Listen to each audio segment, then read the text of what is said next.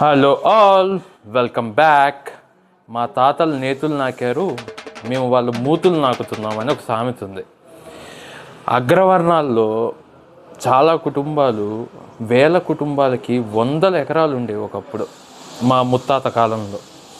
కానీ అన్నీ పోయినాయి.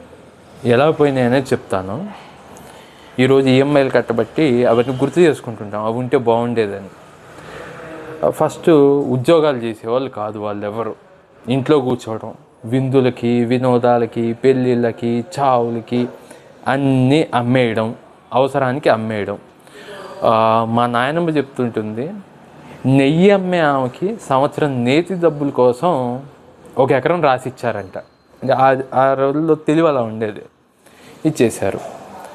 తర్వాత ఇంకొంతమంది, ఇది కొంతమంది విషయం. ఇంకొంతమంది అయితే వ్యసనాలు, సిగరెట్లు, మందు, పేకాట, గుర్రపందాలు. మా ముత్తాత, మా నాయనమ్మ వాళ్ళ నాన్న 100 ఎకరాలు అమ్మేశాడంట గుర్రపందాలకి. ఏ ఊరిలో గొప్పగా చెప్తుంది మా నాయనమ్మ, ఏ ఊరు ఆ ఊరు.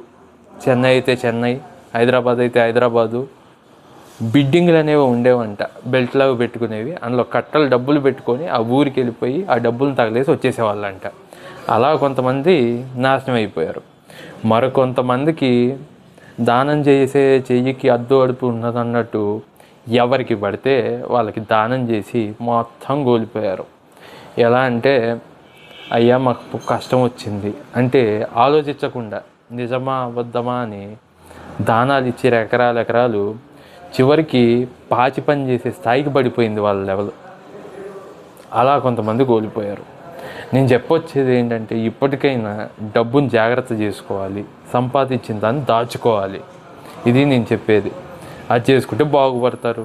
లేదంటే మన గురించి కూడా 3 తరాల తర్వాత నెలకి 2 లక్షలు, 1.5 సంపాదించేవాడు మా ముత్తాత, కానీ మాకేం మిగల్చలేదని చెప్పుకుంటారు. సో దాచుకోండి, సంపాదించండి. Bye bye.